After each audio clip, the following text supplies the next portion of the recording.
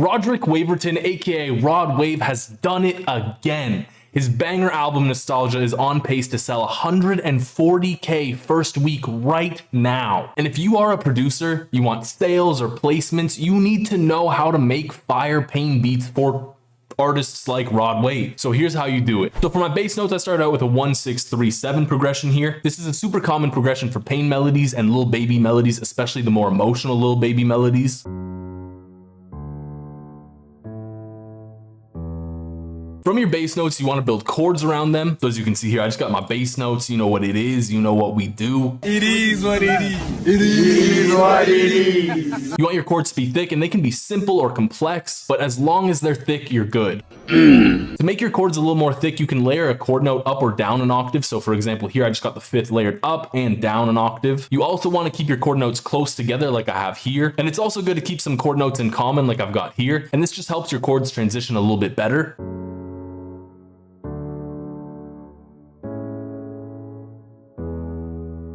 On this 3rd chord here, I also made this chord an inverted 7th chord. So that just means I took the 7th, which would be technically up there, and then I just brought that down. And I wanted this chord to be a bit more dissonant because this is kind of the middle of the chord progression, and I wanted the majority of the tension to kind of happen in this section. Then I added in these filler notes here just at the end of this last chord, and I added those in just to transition back into this 1st chord a little bit nicer. Then I got this little ooh, then I got this little top line here. It's very repetitive. So for example, we're just repeating the C sharp and the E throughout, but it is catchy. And because we are repeating this same melodic phrase over and over and over again, it feels like we are teasing some tension that kind of gets released over here at the very end. Naughty, naughty, you teasing me, you naughty, naughty. Just because this melodic phrase doesn't necessarily feel all the way complete.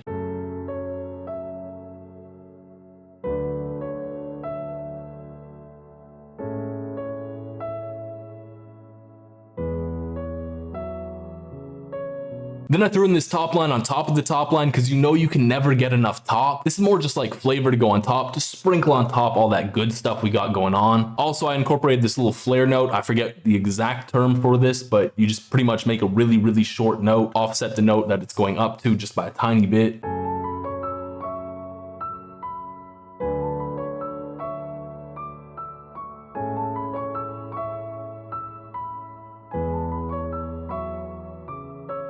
It's also super important to humanize your piano melody, and you can actually do that with the new FL Studio update. There is a humanize script, so you can just press the little arrow, you go to tools, and then you just click humanize, opens up this whole humanize tool option, and you can mess around with all these parameters and humanize it. For the effects I put on the piano, I threw on some RC20 just to give it a little bit more of a vinyl feel. I put OTT on the piano as well because OTT is a compressor that brings out the quieter components and makes the louder components of the piano a little bit less noticeable, a little quieter. Kind of shifts up the tone of the piano a little bit. Then I threw on some reverb to make the piano a little bit more ambient. I added in this violin and I used it like a texture. For pain beats, I like to use violins as a texture as opposed to pads just because it has more of a natural sound. I started off by layering some of the chord notes like the C sharp here that repeats in most of the chords, honestly, but you can be a bit more rhythmic with this than the piano.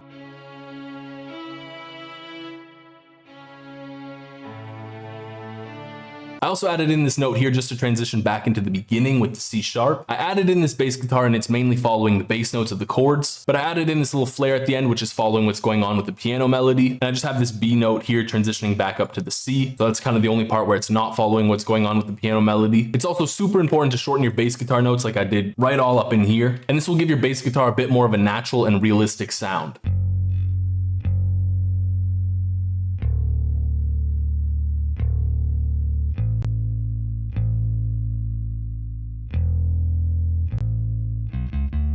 I added in this blues lead guitar sound from the Projections Omnisphere Bank, which you can get only on presetsupply.com. I'm using this more like a texture just to add in a bit more high end to the overall melody. I made sure to keep the pattern simple because the melody's already busy with the piano.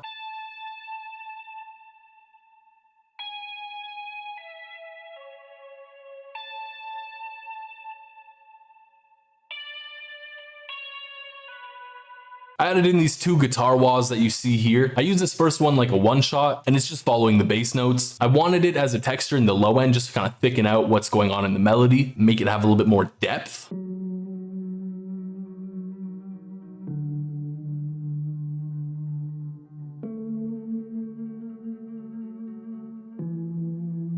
The other wah is being used how wahs are typically used, kind of just like a sample that you throw into the playlist where it sounds good. And when I was arranging the beat, I used this to signal changes in the arrangement.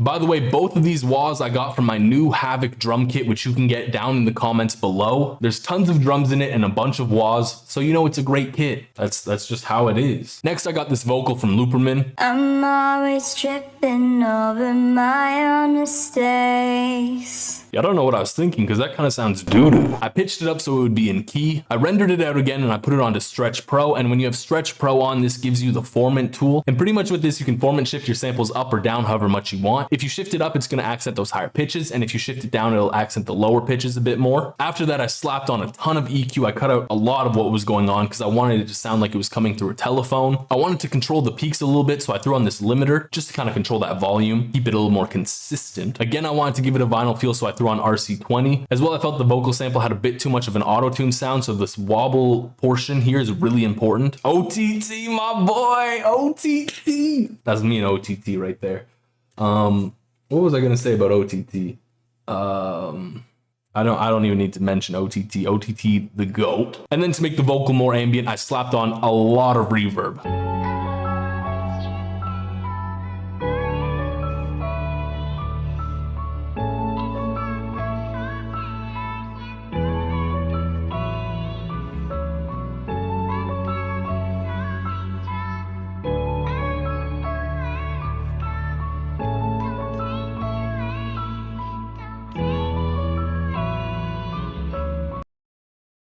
For the drums, I used only drums from my Havoc drum kit again, fire drum kit, didn't need anything else. I noticed in Rodwave's album Nostalgia, he's got songs like Fight the Feeling that just use a simple 2-step hi-hat pattern, and that's exactly what I did here.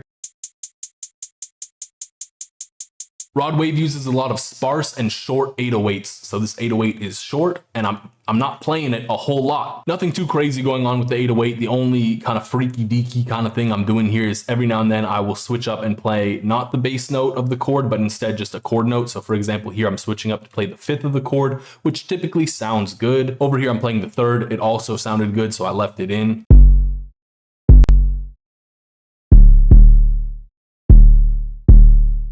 For Rodwave beats, you do want a kick to go along with your 808. I'm a hater of kicks, but you know, you gotta do what you gotta do. It's really important to make your kick and 808 play off of each other. So one way that you can do this is have the kick and 808 play at different times. I think like right here, this note plays really well into the 808 that would hit on this note. Same thing over here. And this is a form of syncopation just to accent those off beats a little bit more. Pretty much what syncopation is it's just accenting certain beats with different kinds of techniques like velocity or adding in rolls or stutters, etc. So for example, a hi-hat roll on an offbeat would be a form of syncopation, and it's one that we've all probably done.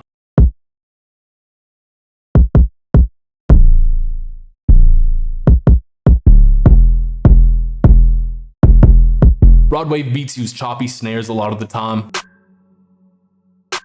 That do be choppy. That do be choppy.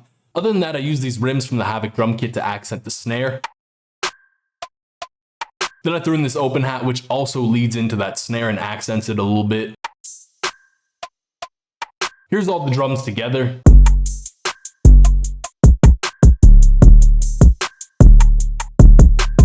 Arrangement wise, it's not too complex. I just have this 8-bar intro here, goes into this 8-bar pre-chorus, which then goes into this 16-bar hook. And then there's this 16-bar verse that happens here, which goes back into a bridge, this 8-bar bridge right here. And then it repeats back into the pre-chorus, etc. The beauty of this is the pre-chorus leads into the actual chorus. And one way that I'm leading into the chorus a lot is with this nice little beat cut here. So for 2 beats, I cut out everything but the piano and the vocal.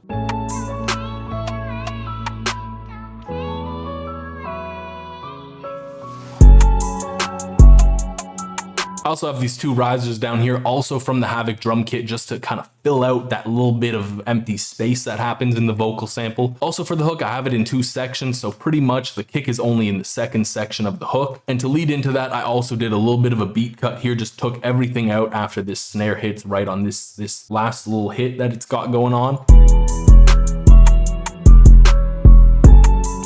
Also in the hook, I took out the vocal sample because I wanted the focus to be on the artist's vocals as opposed to some vocal sample we found online. And in the bridge, I took out all of the drums just because I wanted to kill off a lot of that energy just to lead back into that pre-chorus.